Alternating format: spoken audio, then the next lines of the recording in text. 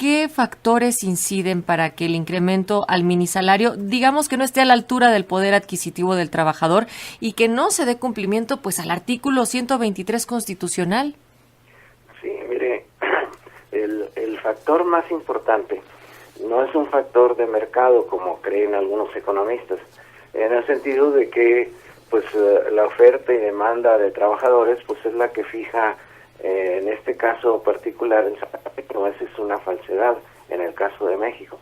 Es decir, el salario mínimo lo fija la Secretaría de Hacienda, transmite sus lineamientos a la Comisión Nacional de Salarios Mínimos y aprovechando los canales que se han llamado del corporativismo, tanto empresarial como sindical, pues se logran esas unanimidades, como en este caso hubo una unanimidad de los tres sectores. Es decir, es resultado el salario mínimo y sus aumentos de políticas económicas del gobierno.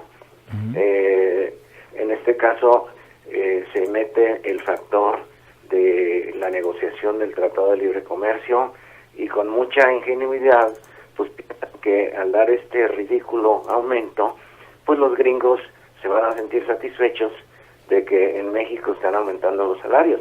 Realmente se necesita ser muy ingenuo para creer que los gringos se la van a tragar. Es decir, este aumento no va a servir ni para aligerar la negociación del TLC, ni tampoco para mejorar el nivel de vida de los trabajadores.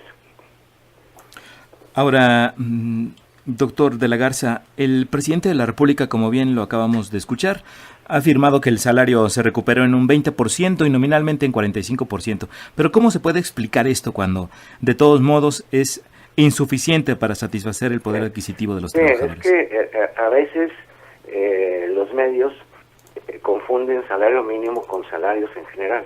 Aquí en este caso nada más se está hablando del salario mínimo, ¿sí? Sí. Y el salario mínimo lo ganan una muy pequeña minoría de trabajadores del sector formal, alrededor del 2% solamente de los trabajadores del sector formal, de tal manera que el aumento que ahora se acordó sí va a repercutir automáticamente en ese 2%, que es una cantidad muy pequeña de trabajadores, y la otra parte de los que ganan el salario mínimo está en el sector informal, y en el sector informal pues no hay eficientes mecanismos para garantizar que se va a dar el aumento, aunque muy pequeño, que se otorgó en este momento. De tal manera que el impacto, para decirlo en pocas palabras, de este aumento y del aumento que hubo en enero, donde fue otro aumento también más allá de lo tradicional, ha impactado muy pocos trabajadores. Y además hay que señalar un elemento que se presta a la manipulación. Cuando se está diciendo ya se acerca el salario mínimo a la canasta de bienes en términos salariales y no salariales, es decir, para superar el nivel de la pobreza, se está hablando de 3,000 pesos como es el límite, pero es por trabajador, no por familia. De tal manera que si uno hace el cálculo por familia, incluyendo los niños, pues evidentemente que nadie va a poder vivir en este país, ninguna familia, con el aumento actual del salario mínimo. Ahora, es decir, sí, no resuelve nada. Doctor Enrique de la Garza, y en este sentido, entonces parecería que la Comisión Nacional de Salarios Mínimos pues no está cumpliendo con su objetivo. ¿Usted considera que debería desaparecer, que se tendría que generar un nuevo órgano? Sí, estoy totalmente convencido. No quiere decir que desaparezca la figura de salario mínimo, creo que sería un tremendo error, ¿sí? Eso contribuiría pues todavía a una mayor pobreza de los trabajadores. No, debe mantenerse la idea de salario mínimo como salario remunerador, pero con un organismo que no esté dependiendo de los famosos sectores de la producción, es decir, en una lógica de cambio semejante al que tuvieron a lo que tuvo las antiguas juntas de conciliación y arbitraje, que eran tripartitas, pero tripartitas pues quería decir que jugaban para el mismo entrenador o para el mismo dueño del equipo. En esa lógica desaparecieron legalmente las comisiones, las juntas de conciliación y arbitraje, y se instituyeron tribunales del trabajo. Es decir, hay que pensar en organismos descentralizados con fuerte participación ciudadana que sustituyan a la Comisión de Salario Mínimo, ¿sí? Pero no que desaparezca simplemente y sean, entre comillas, las fuerzas del mercado los que fijen ese nivel de los salarios.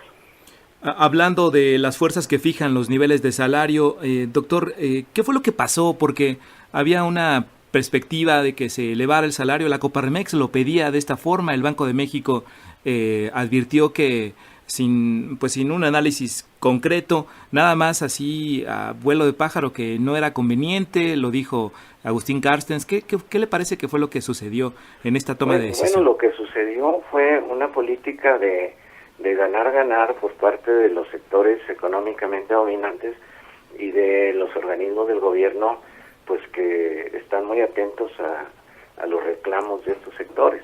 Es decir, muy mezquinos, porque yo le llamaría mezquinos en el otorgamiento de los aumentos salariales. ¿Por qué? Porque se ha demostrado cabalmente que los aumentos salariales en México no van en consonancia con la productividad, sino van por debajo. Entonces no tiene que ver directamente con cuánto aumenta la productividad.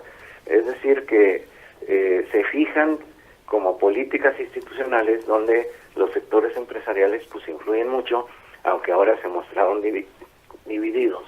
Y los tecnócratas del Banco de México, la Secretaría de Hacienda, pues son determinantes. Creo que equivocadamente fijaron este aumento tan pequeño.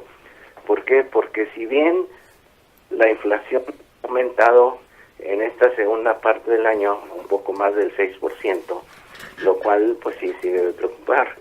De cualquier manera, el aumento que se tuvo en enero, donde también se hizo con miras a facilitar el Tratado de Libre Comercio, lo que mostró es que no se transmite el aumento salarial de los mínimos en México a los aumentos salariales de los trabajadores que no ganan el mínimo, que son los que están realmente en los sindicatos.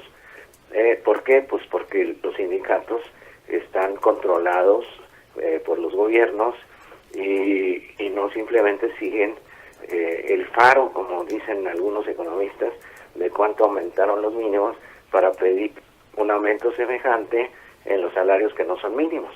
Es decir, quedó demostrado en enero que no existe tal repercusión y por lo tanto el impacto en la demanda de bienes de ese grupo tan pequeño de trabajadores con un aumento tan pequeño de unos cuantos pesos, pues no va a tener gran repercusión sobre la inflación. Es decir, aún en la lógica más elemental económica no se justificaba que el aumento fuera tan pequeño.